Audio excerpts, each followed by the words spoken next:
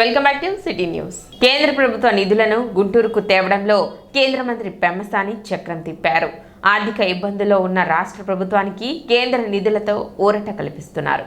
రాష్ట్ర ఖజానాకు భారం తగ్గిస్తూ గుంటూరు అభివృద్ధిని పరుగులు తీస్తున్నారు. రాష్ట్రంపై పైసా భారం లేకుండా నంది వెలుగు ఆర్ఓబి నిర్మాణ పూర్తి బాధ్యతను కేంద్రమే చేపట్టేలా పెమ్మసాని ఢిల్లీ నుండి నిధులు తెచ్చారు.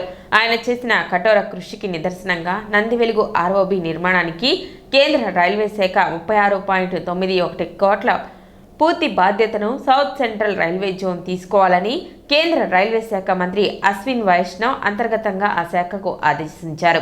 ఈ అంశాన్ని పెమ్మసాని గురువారం స్పష్టం చేశారు. దసరాకు శంకర్ విలాస్ ఆర్ఓబి, సంక్రాంతి పండుగకు LC number 3 inner ring road Gaddipadu ROB, అనంతరం పెదపలకలూరు పేరేచెర్ల ఆర్ఓబి మంజూరు చేయించిన పెమ్మసాని తాజాగా ఉగాదికి నంది వెలుగు ఆర్ఓబిని గుంటూరుకు పండుగ కానుకగా అందిస్తున్నారు. గుంటూరు నుండి తెనాలి పట్టణానికి రవాణా కనెక్టివిటీ పెంచడం, గుంటూరులో ట్రాఫిక్ సమస్యలను తగ్గించడంలో భాగంగా అప్పటి టీడీపీ ప్రభుత్వం గుంటూరు హనుమాన్పాలెం వరకు 850 మీటర్ల పొడవున ఎల్సీ నెంబర్ 249 ఆర్ఓబి నిర్మాణానికి 2014లో ఆమోదం తెలిపింది. 2017లో మొదలైన ఆ ప్రాజెక్టును కేంద్ర రాష్ట్ర ప్రభుత్వాల నిధులతో 2019 కల్లా పూర్తి చేసేలా అప్పట్లో ఒప్పందాలు కుదిరాయి. కానీ ఆ ప్రాజెక్టుకు అనేక మార్లు నిర్దిష్ట కాల పరిమితిని పెరుగుతూ వచ్చింది. కాగా 2019 తర్వాత అధికారంలోకి వచ్చిన వైసీపీ ప్రభుత్వం రాష్ట్ర ప్రభుత్వ వాటాను చెల్లించడంలో చేతులెత్తేసింది.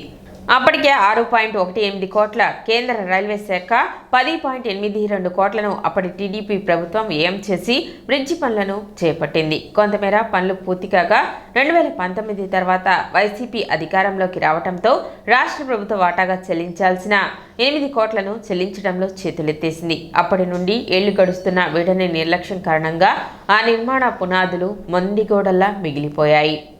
2024 జూన్ 9న కేంద్ర సహాయ మంత్రిగా బాధ్యతలు చేపట్టిన పెమ్మసాని చంద్రశేఖర్ ఎన్నికలలో ఇచ్చిన ఒక్కో హామీపై దృష్టి పెడుతూ వచ్చారు. అందులో భాగంగా నంది వెలుగు ఆర్ఓబి నిర్మాణానికి కావాల్సిన నిధుల కోసం జూలై 24న కేంద్ర రైల్వే మంత్రి అశ్విన్ వైష్ణవ్కి తొలిసారిగా అధికారికంగా లేఖ రాశారు. అనంతరం Shankar Vilas inner ring road, Pedapalakaluru Perecherla ఆర్ఓబిలతో పాటు ఎల్సీ నెంబర్ 249 నిధులపైన పెమ్మసాని వరుస సమీక్షలను కేంద్ర రైల్వే మంత్రి శాఖతో నిర్వహిస్తూ వచ్చారు. ఎదురైన పలు అడ్డంకులను అధిగమిస్తూ సమస్యలను పరిష్కరిస్తూ సాగిన ఆయన ప్రయత్నం ఫలితంగా నంది వెలుగు ఆర్ఓబికి అవసరమైన 36.91 కోట్లను పూర్తిగా సౌత్ సెంట్రల్ రైల్వే జోన్ చేపట్టేలా చర్యలు తీసుకోవాలని అశ్విని వైష్ణవ్ స్పష్టం చేశారు. ఈ విషయాన్ని రైల్వే శాఖ స్వయంగా పెమ్మసానికి 2 రోజుల క్రితమే వివరించింది.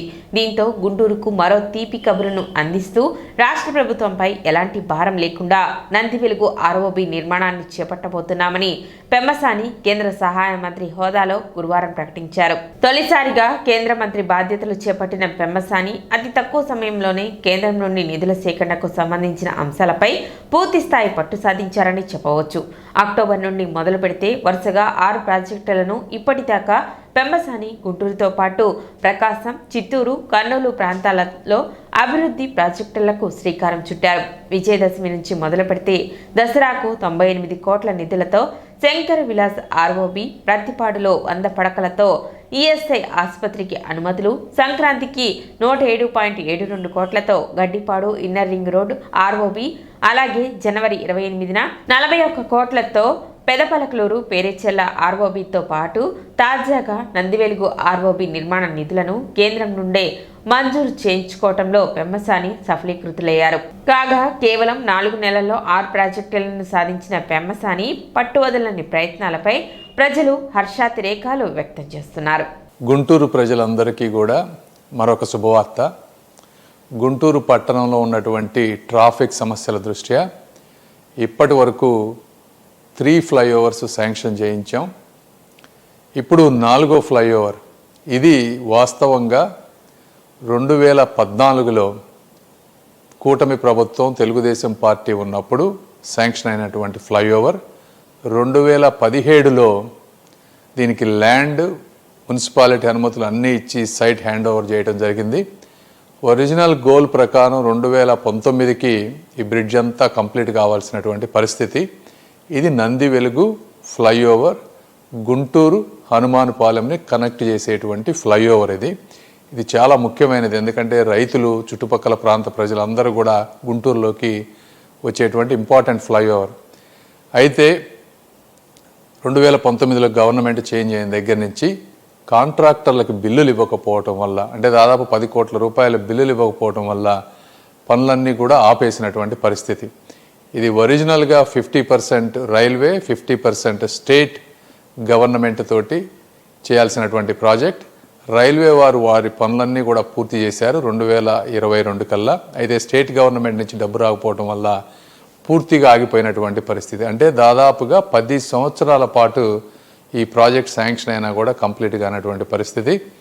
ఈ రోజున రివైజ్డ్ ఎస్టిమేట్స్ వేసినప్పుడు 10 కోట్లు పాత కాంట్రాక్టర్కి, అదేవిధంగా కొత్త రివైజ్డ్ ఎస్టిమేట్ ఇన్కంప్లీట్ వర్క్ని కంప్లీట్ చేయడానికి 26 కోట్లు కలిపి దాదాపుగా 36 కోట్ల రూపాయలతోటి ఈరోజు రాష్ట్రం మీద ఒక్క రూపాయి కూడా ఆర్థిక భారం పడకుండా మొత్తం సెంట్రల్ గవర్నమెంట్ భరించేటువంటి పరిస్థితి ఈరోజు కూటమి ప్రభుత్వం వల్ల జరిగింది.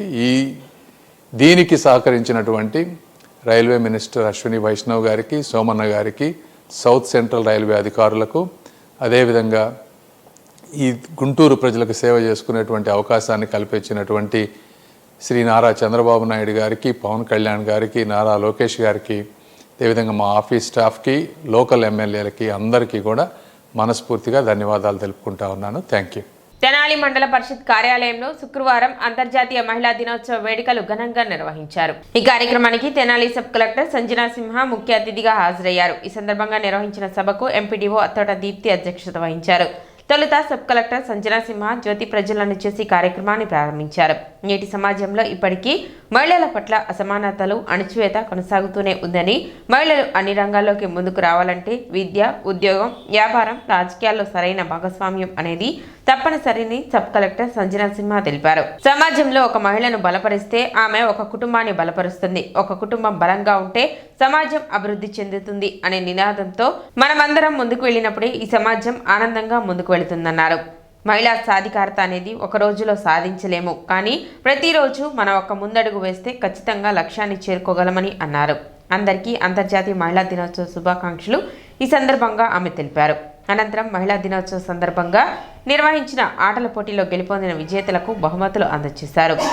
వెలుగు జయశ్రీ వందన సమర్పణ చేయగా ఎంపీడీఓ కార్యాలయ పరిపాలనా అధికారి శ్రీనివాసరావు కార్యక్రమాలను పర్యవేక్షించారు. మనం ఇంట్లో ఫైనాన్సెస్ని ఎంత బాగా మెయింటైన్ చేస్తామో, ఇన్ జనరల్ మన పర్సనల్ ఫినాన్సెస్ గురించి మనం ఎక్కువ ఆలోచించాలి. అంటే ఎలా, ఇప్పుడు ఫర్ ఎగ్జాంపుల్ ఒక మ్యాన్ని ఎలా జడ్జ్ చేస్తారు, ఎంత పెద్ద ఉద్యోగం చేస్తున్నారు, ఎంత సంపాదిస్తున్నారు, దాన్ని ఎలా ఇన్వెస్ట్ చేస్తున్నారు అని. ఉమెన్ కూడా మనకి ఏదైతే మనం సంపాదిస్తామో దాన్ని మనం ఎంత మంచిగా కరెక్ట్గా ఇన్వెస్ట్ చేసి తర్వాత ఏదైనా మనకి అయ్యేరాంది అయితే ఇంట్లో, లేకపోతే మనకి we have to fall back on hour savings. మనం ఇంకోళ్ళ మీద ఆధారపడకూడదు అనమాట. ఇదే మనం నెక్స్ట్ జనరేషన్లో గర్ల్స్కి, బాయ్స్కి కూడా we have to teach them. So మీ పర్సనల్ ఫినాన్సెస్ని అసలు ఎంత సంపాదిస్తున్నాము, ఎంత సేవ్ చేస్తున్నాము, ఫ్యూచర్కి ఎంత ఇన్వెస్ట్ చేస్తున్నాము. కార్యక్రమంలో Tenali DLDO Sridevi, panchayati AO E Parvathi, RWS and ASC Anusha, Tenali CDPO Sunitha, మండల పరిధిలోని వివిధ శాఖల మహిళా ఉద్యోగులు పాల్గొన్నారు. అదేవిధంగా స్వయం సహాయ సంఘాలచే ఏర్పాటు చేసిన చేతి వృత్తుల ప్రదర్శనను సబ్ కలెక్టర్ సంజనా సింహ సందర్శించారు. శారీరకంగానే కాదు, మానసికంగా కూడా స్త్రీలు చాలా ధైర్యవంతులు.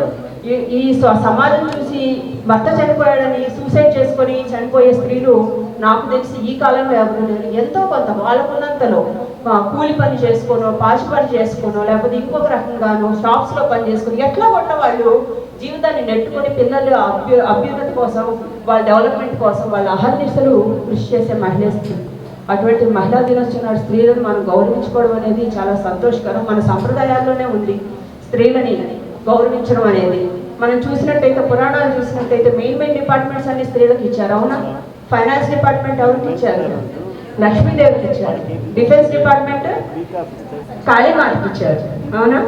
ఎడ్యుకేషన్ డిపార్ట్మెంట్ సరస్వతీ దేవికి ఇచ్చారు, అవునా? కాబట్టి మెయిన్ డిపార్ట్మెంట్స్ అన్నీ కూడా లేడీస్ చేతుల్లో ఉన్నాయి. కాబట్టి ఫైనాన్షియల్గా కూడా మనం కూడా మన ఇంటికి మనమే కదా ఫైనాన్స్ మినిస్టర్. గతేడాది జనవరి నెలలో దుగ్గిరాల శుభ మహేశ్వరి కోల్డ్ స్టోరేజ్ లో సంభవించిన అగ్ని ప్రమాదంలో నష్టపోయిన పసుపు రైతులకు చెల్లించాల్సిన పరిహారంపై సబ్ కలెక్టర్ సంజనా సింహాను రైతు సంఘం బృందం కలిసింది. పరిహారంపై ప్రభుత్వ హామీని త్వరితగతిన నెరవేర్చాలని వారు కోరారు. ఈ సందర్భంగా బాపట్ల జిల్లా రైతు సంఘం అధ్యక్షులు వేములపల్లి వెంకటేశ్వర్లు మాట్లాడుతూ 380 మంది పసుపు రైతులకు పరిహారం అందాల్సి ఉందని, ప్రభుత్వం ఆమోదించిన పరిహారం మొత్తాన్ని ఒకే విడతలో చెల్లించాలని కోరామని, సబ్ కలెక్టర్ ఈ విషయంపై సానుకూలంగా స్పందించారని స్పష్టం చేశారు. కార్యక్రమంలో ఏపీ రైతు సంఘం జిల్లా ఉపాధ్యక్షులు ములకా శివసామిరెడ్డి, గద్దె శ్రీహరి, పోతురాజు, కోటేశ్వరరావు, పేర్ని రవి, మాజీ ఎమ్మెల్యే మొమ్మనేని వెంకట సుబ్బయ్య, గోళ్లపల్లి సుబ్బారావు, ఎర్ర వెంకటేశ్వరరావు పాల్గొన్నారు. గత సంవత్సరం జనవరి నెలలో జరిగిన శుభమహేశ్వరి కోల్డ్ స్టోరేజ్ జరిగిన అగ్ని ప్రమాదం మొత్తం అందరికీ విదితమే. కానీ దానికి సంబంధించి ఈ డిసెంబర్ నెలలో వెరిఫికేషన్ పూర్తయింది. ఆ తర్వాత జనవరిలో కూడా మళ్ళీ వెరిఫికేషన్ చేసి మొత్తం ఒక 8,000 బస్తాలు అనేది వాళ్ళ దృష్టిలో ఉండాలి లెక్కల్లో. కానీ ఈ వెంటనే డబ్బులు ఒకే సింగిల్ పేమెంట్గా 7,000 రూపాయలు ఇవ్వాల్సిందిగా మేము వాళ్ళని రిక్వెస్ట్ చేస్తున్నాం. ఆ ప్రాసెస్ జరుగుతుందని మేడం గారు, సబ్ కలెక్టర్ మేడం గారు చెబుతున్నారు. వారికి మా ధన్యవాదాలు తెలియజేసుకుంటున్నాం. అట్లాగే ఇంకా వీలైనంత త్వరలో, ఎంత త్వరగా వీలైతే అంత త్వరలో రైతాంగానికి డబ్బులు నష్టపరిహారం అందే విధంగా చూడవలసిందిగా అధికారులని కోరుతున్నాం. 380 మంది రైతులు 7,000 రూపాయల కాడికి గవర్నమెంట్ అందజేస్తామని చెప్పింది. అది కూడా ఒక 10-15 రోజుల లోపే రైతులకు అందేటట్టుగా చూస్తామని కూడా ఒక మాట సబ్ కలెక్టర్ గారు చెప్పున్నారు. దాని గురించి కనుక్కోవడానికే వచ్చాం. ఇప్పుడు ఒక చిన్న విరామం.